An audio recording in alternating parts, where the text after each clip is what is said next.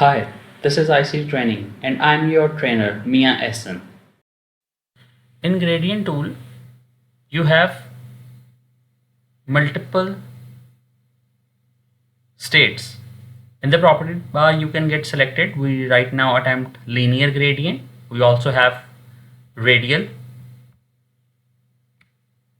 The effects come in the circular shape, angled,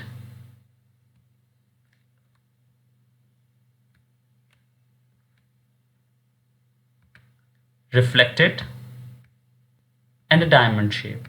As you guys like, do experiment these, offer visuals to create interesting effects.